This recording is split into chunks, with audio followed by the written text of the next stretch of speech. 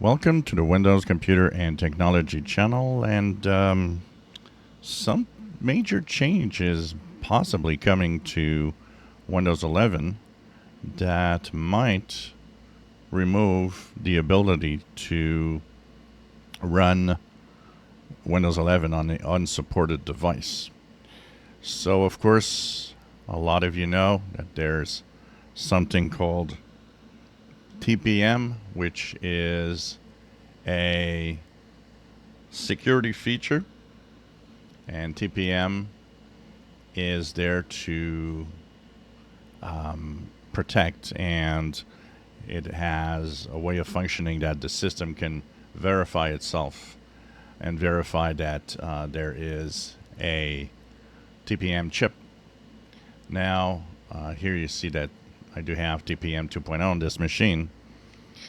What is happening is that the latest version of the Windows Insider build, the Canary build, has a change in it.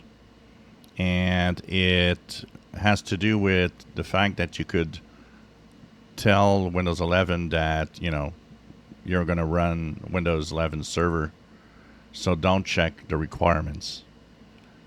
And that was the reason why unsupported hardware could run Windows 11 with a little bit of tricks.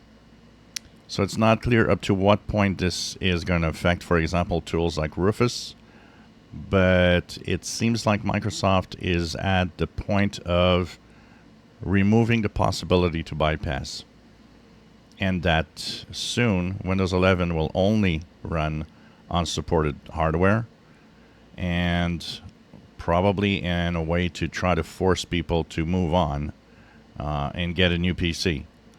So this is interesting. It seems that the bypass doesn't work on the latest version of the Canary build that I've installed, actually, and that this could be in a near future a change that will prevent a lot of people from moving on.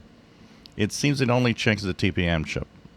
So if you have a TPM chip with version 2.0, even on a unsupported CPU, that technically that could work still. But kind of interesting. We'll see where Microsoft goes with that, but it could be that we are near the end of running Windows 11 on unsupported hardware. If you enjoy my videos, please subscribe, give us thumbs up. Thank you for watching.